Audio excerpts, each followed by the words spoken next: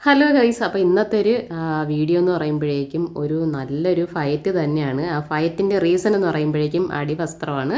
അപ്പോൾ നമുക്കറിയാം, ഞാനത് എക്സ്പ്ലെയിൻ ചെയ്തില്ല, കഴിഞ്ഞ ദിവസം വീഡിയോയിൽ കണ്ടതാണ്.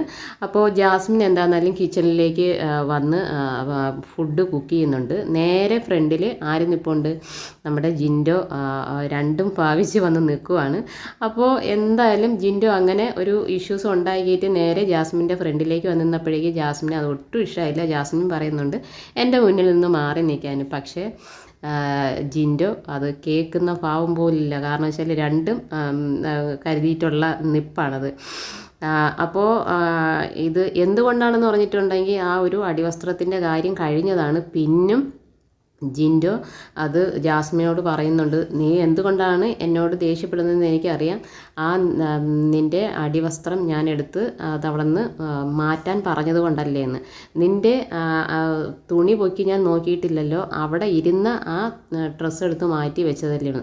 അപ്പോൾ ഒന്ന് ചിന്തിച്ച് നോക്കുക, ആ ഒരു വാക്ക് തന്നെ എത്രമാത്രം വൃത്തികേടുള്ളതാണെന്ന് ഇപ്പം പുറത്തുള്ള നമുക്ക് കാണുന്ന പ്രേക്ഷകർക്കാണെങ്കിൽ പോലും, ആ ബിഗ് ബോസ് വീട്ടിലെ ആളുകൾക്കാണെങ്കിൽ പോലും അത് മനസ്സിലാക്കും. കാരണം വെച്ചാൽ അത്രയും വൃത്തികേടായിട്ടുള്ള രീതിയിലാണ് ജിൻഡോ പല സമയങ്ങളിലും വാക്ക് ഉപയോഗിക്കുന്നത്. അതിപ്പം നമ്മുടെ ജാസ്മിൻ്റെ കാര്യം പറയുകയാണെങ്കിൽ ഒരു സൈഡിൽ ഒരു നെഗറ്റീവ്സാണ്. പക്ഷേ എന്നിരുന്നാൽ പോലും ഇങ്ങനെയുള്ള കാര്യങ്ങളിൽ ഏറ്റവും ഒരു ഹൈയിൽ നിൽക്കുന്നത് ജിൻഡോ തന്നെയാണ്.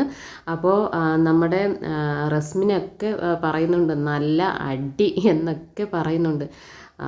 എന്തു വന്നിരുന്നാലും ജിൻഡോ പറഞ്ഞ വാക്കുന്ന് പിന്മാറാനോ അത് തെറ്റാണെന്നോ അത് ഉൾക്കൊള്ളാൻ തയ്യാറാകാത്തൊരു വ്യക്തിയാണ് ജിൻഡോ. പക്ഷേ എന്തെന്നാലും ജാസ്മിന് ഒരു എന്താ പറയണ ഒരു പാർട്ട് അവിടെ ഉള്ളത് കൊണ്ട് ഇത് ഗബ്രി അവിടെ വന്ന് നല്ല പോലെ ജിൻഡോയെ പൊരിക്കുന്നുണ്ട്. ഒരല്പമെങ്കിലും നാണമുണ്ടോ ഉളുപ്പുണ്ടോ എന്ന് ചോദിക്കുന്നുണ്ട് പെൺകുട്ടികളുടെ ഡ്രസ്സ് ഇങ്ങനെ പൊക്കി നോക്കാനൊക്കെ. പക്ഷേ അവരോടൊക്കെ ജിൻഡോ ഒറ്റയ്ക്ക് നിന്ന് ഫൈറ്റ് ചെയ്യുന്നുണ്ട്. എല്ലാവരും ജിൻഡോനെ വഴക്ക് പറയുന്നുണ്ട്. അർജുൻ പറയുന്നുണ്ട്, നീ ഇങ്ങനെ ഉപയോഗിക്കുന്ന വാക്കുകൾ നാളെ ഒരു സമയത്ത് നിനക്ക് അത് ബാഡായിട്ട് വരുമെന്നുള്ളത്.